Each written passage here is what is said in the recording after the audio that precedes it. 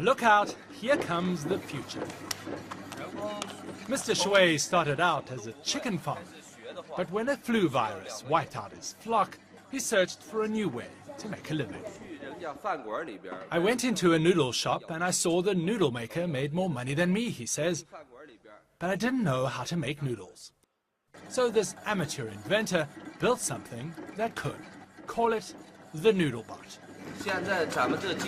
With this robot, 1 minute 4 bowls of noodles, he says. With a chef, 1 minute 2 bowls. So the noodle bot is fast and it's also versatile. Mr. Sui said he can do 8 different types of noodles. This is the widest kind. He says he invented it to look like a person, to give it that human touch. They designed it to look like a cartoon so that children like it more. So if I look at this, it looks a bit like you. You're kind of the same. It's much more handsome than me, he says. It took Shui 3 months to design the bot and years to perfect it. They ship it across China and around the world.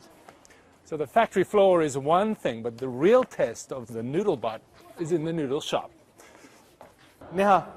Let's see the noodle bot in action. Okay. The customers love it, says Feng Guo. They call him Ultraman. But mostly it saves him money. He doesn't need to train, feed, or give the noodle bot a place to sleep.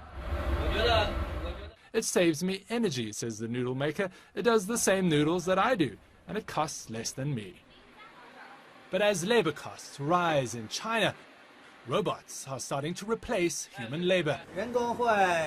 It's cheaper. In the future, the noodle bots could replace all the human noodle makers.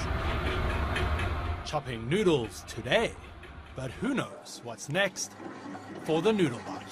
David Mackenzie, CNN, Beijing.